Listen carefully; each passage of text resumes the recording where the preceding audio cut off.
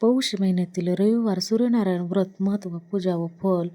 नमस्कार मित्रांनो, सर्वांना श्री स्वामी समर्थ. आज आपण अतिशय पवित्र आणि प्रभावी अशा पौष महिन्यातील रविवार सूर्यनारायण व्रत याबद्दल सविस्तर माहिती जाणून घेणार आहोत. हिंदू धर्मात सूर्यनारायणाला प्रत्यक्ष देव मानले जाते, कारण सूर्य हा फक्त ग्रह नाही, तो जीवन देणारा, ऊर्जा देणारा आणि आरोग्याचा अधिपती आहे. विशेषतः पौष महिना हा सूर्याच्या उपासनेसाठी अत्यंत शुभ मानला जातो. या महिन्यात सूर्य दक्षिणायनातून उत्तरायणाकडे जाण्याची तयारी करतो आणि त्यामुळे सूर्याची कृपा अधिक प्रभावी होते, असे शास्त्र सांगते. पौष महिन्यात येणारा प्रत्येक रविवार हा सूर्यनारायण व्रतासाठी फार महत्त्वाचा असतो.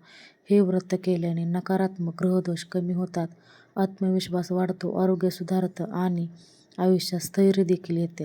आता पाहूया सूर्यनारायण व्रत कसे करावे. रविवारच्या दिवशी पहाटे ब्रह्ममुहूर्तावर उठावे, स्नान करून स्वच्छ लाल किंवा केशरी वस्त्र परिधान करावे आणि सूर्योदयाच्या वेळी घराच्या पूर्व दिशेला उभे राहून तांब्याच्या भांड्यात स्वच्छ पाणी घ्यावे. त्यात लाल फूल, अक्षदा आणि थोडे कुंकू घालावे. हे पाणी सूर्यदेवाला अर्घ्य देताना मनात श्रद्धा ठेवून ओम सूर्याय नमः, ओम सूर्याय नमः किंवा ओम आदित्याय नमः, ओम आदित्याय नमः हा मंत्र 7 किंवा 12 वेळा तुम्ही म्हणू शकता. देताना डोळे मिटून आपल्या आयुष्यातील अडथळे, आजार आणि चिंता सूर्यदेवाला अर्पण करा. यानंतर घरात किंवा देवघरात सूर्यनारायणाची पूजा करावी. लाल फुले, गूळ, गहू, तांदूळ हे सूर्यदेवाला प्रिय आहेत.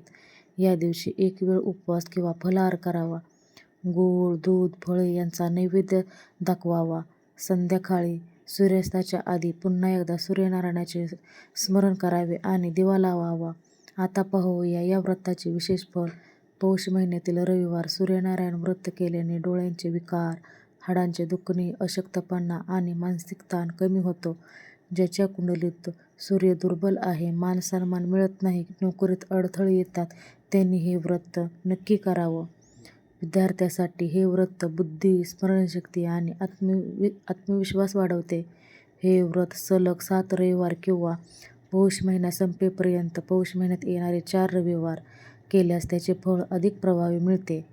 पौष महिन्यात येणारे 4 रविवार हे त्याच्या तारखा 21 डिसेंबरला पहिला रविवार असणार आहे, 28 डिसेंबर 2025ला दुसरा रविवार असणार आहे. पौष महिन्यातील तिसरा रविवार हा 4 जानेवारी 2026 रोजी असणार आहे.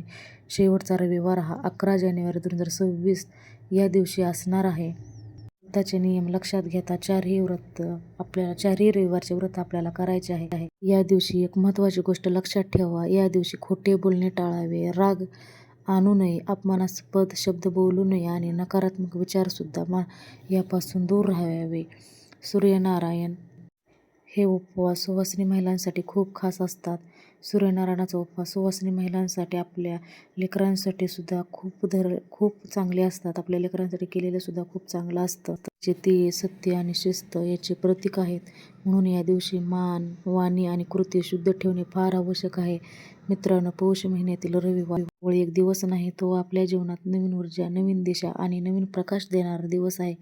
सूर्यनारायणाची कृपा आपल्यावर आणि तुमच्यावर आणि तुमच्या कुटुंबावर सदैव अशीच राहो. ही माहिती तुम्हाला उपयुक्त वाटत असेल तर हा व्हिडिओला लाईक करा आणि चॅनलला सबस्क्राईब करा आणि ही माहिती इतर भक्तापर्यंत नक्की पोहोचवा ज्यांना या व्हिडिओची गरज आहे. जय सूर्यनारायण.